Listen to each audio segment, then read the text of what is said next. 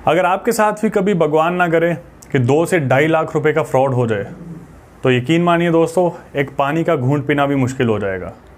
तो जी हाँ दोस्तों, इस वीडियो में मैं आपको मिलवाने जा रहा हूँ एक ऐसे ही इंसान से जिसके साथ 2 से 2.5 लाख रुपए का फ्रॉड हो गया। और ये फ्रॉड उनके साथ कब हुआ, किस तरह से हुआ, आइए दोस्तों सुनते हैं उन्हीं की ज़ुबानी, उन्हीं की कहानी। नमस्कार सर, बहुत बहुत धन्यवाद आपका कि आपने अपना कीमती समय निकाला मेरे चैनल पे कुछ बोलने का, अपना एक्सपीरियंस शेयर करने का। तो बताइए सर, आपके साथ क्या घटना हुई थी जिसके बारे में आपने मुझे तो बताया, बट मेरे जो भी व्यूअर्स हैं इस चैनल के उनको अपनी ज़ुबानी बताइए कि आपके साथ क्या फ्रॉड हुआ और किस तरह से हुआ था। थैंक्स रॉबिन कि आपने मुझे अपने चैनल पर आने का मौका दिया, जिससे कि मेरे साथ जो फ्रॉड हुआ है वो और किसी के साथ ना हो। ये फ्रॉड मेरे साथ 2018 जून जुलाई के मिड में हुआ था। मेरे गांव में मोबाइल नेटवर्क काफ़ी कम आता था। मेरे पास एक जियो की सिम थी, उसका नेटवर्क भी काफ़ी कम आता था। तो मैं काफ़ी परेशान हो गया था, मतलब कि ना तो बात हो पाती थी किसी से और ना ही मोबाइल डेटा और इसको मैं यूज़ कर पा रहा था। तो फिर एक दिन मैंने जियो कस्टमर केयर पर कॉल किया और मैंने अपनी उनको प्रॉब्लम बताई। तो मुझे लेकिन कोई सेटिस्फैक्ट्री जवाब ऐसा मिला नहीं कि मेरा सॉल्यूशन हो जाए मेरी प्रॉब्लम का। तो इसी तरह से मैंने कम से कम 4-5 बार कॉल किया। तो एक बार एक कस्टमर केयर एग्जीक्यूटिव था, उसने मुझे बोला कि अगर आपको इतनी ज़्यादा नेटवर्क की दिक्कत आती है तो आप क्यों ना खुद का ही एक मोबाइल टावर लगवा लें, क्योंकि आपका जो एरिया है वहाँ पर रेंज काफ़ी कम आती है। तो मैंने भी सोचा ये तो सही बात है, टावर लगवा लेते हैं एक, और इससे मुझे रेंट भी मिलेगा और मतलब एक अच्छी खासी कमाई भी हो जाएगी, मतलब मंथली। तो शायद वो मेरी गलती भी हो सकती है कि हाँ, मैंने उस चीज़ का विश्वास कर लिया, क्योंकि ऐसा होता भी है लीगली, लेकिन ये एक फ़्रॉड हो जाएगा मेरे साथ ये मुझे नहीं मालूम था। तो उन्होंने मुझे क्या कहा, उन्होंने मुझे एक ईमेल आईडी भेजी और कहा कि आप अपने जो भी डॉक्यूमेंट्स हैं, जैसे कि होते हैं जैसे पैन कार्ड, आधार कार्ड, ज़मीन के कुछ पेपर जहाँ पे टावर लगेगा, एड्रेस वगैरह, मोबाइल नंबर के साथ एक मेल कर दो। और कहा कि आपके पास एक विशाल नाम के बंदे का कॉल आएगा। तो मैं तो मतलब उस चीज़ पर विश्वास कर ही रहा था। तो जिस तरह से उसने मुझसे कहा, तो मैंने वो सारी चीज़ें, डॉक्यूमेंट्स और वो सब मैंने मेल कर दिए। तो मेरे पास 2 दिन बाद एक कॉल आता है और मैं खुद ही उससे पूछ लेता हूँ कि क्या आप विशाल बात कर रहे हैं जियो कस्टमर केयर से? तो हाँ, उसने बोला हाँ, मैं विशाल ही बात कर रहा हूँ। हालांकि उसने मुझे पहले बताया नहीं था, लेकिन ये मेरी गलती थी कि मैंने खुद ही उसको विशाल डिनोट कर दिया उसका नाम। तो फिर उसके बाद उसने मुझसे कहा कि आपको टावर लगवाना है अपने एरिया में, तो आपको रजिस्ट्रेशन करवाना पड़ेगा। तो आप ऐसा कीजिए, मुझे व्हाट्सएप पे रजिस्ट्रेशन फॉर्म में आपको भेजता हूँ उसका लिंक, और आप मुझे वो भेज के भर के फिल करके भेज दीजिए। और एक अकाउंट नंबर भी दिया और कहा कि इसमें आप 14,500 रुपये का रजिस्ट्रेशन फ़ीस जमा कर दें, जिसमें 14,000 तो रिफ़ंडेबल रहेगा और 500 रुपये हमारी फ़ीस लगेगी।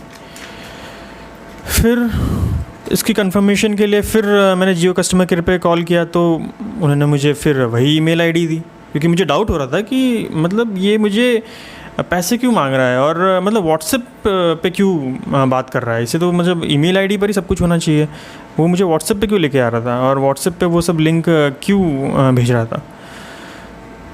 फिर भी मुझे लगा शायद यही होगा, यही शायद प्रोसीजर है। तो फिर मैंने लेकिन 14,500 रुपये की पेमेंट कर दी।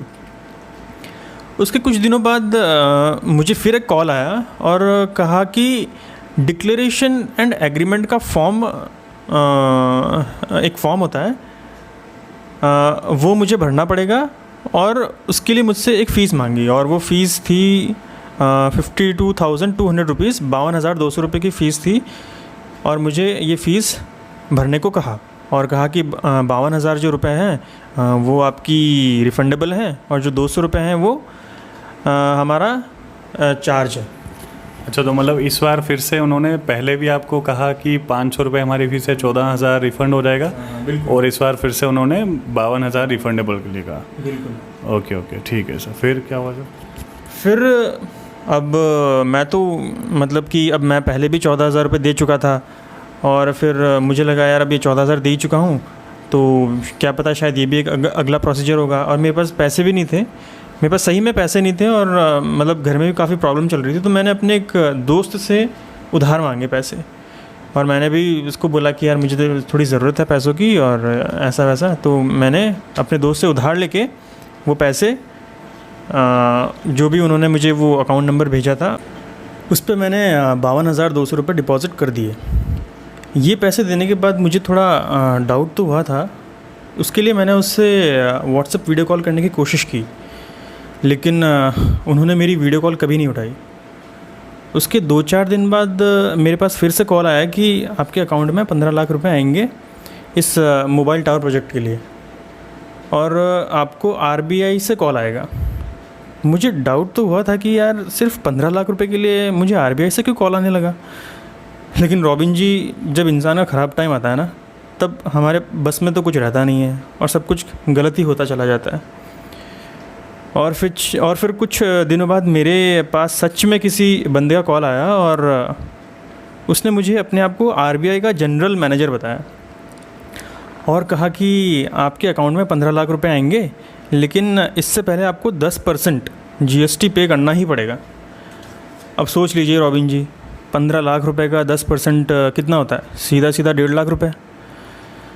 अब मेरे लिए तो आगे कुआं और पीछे खाई वाली सिचुएशन थी।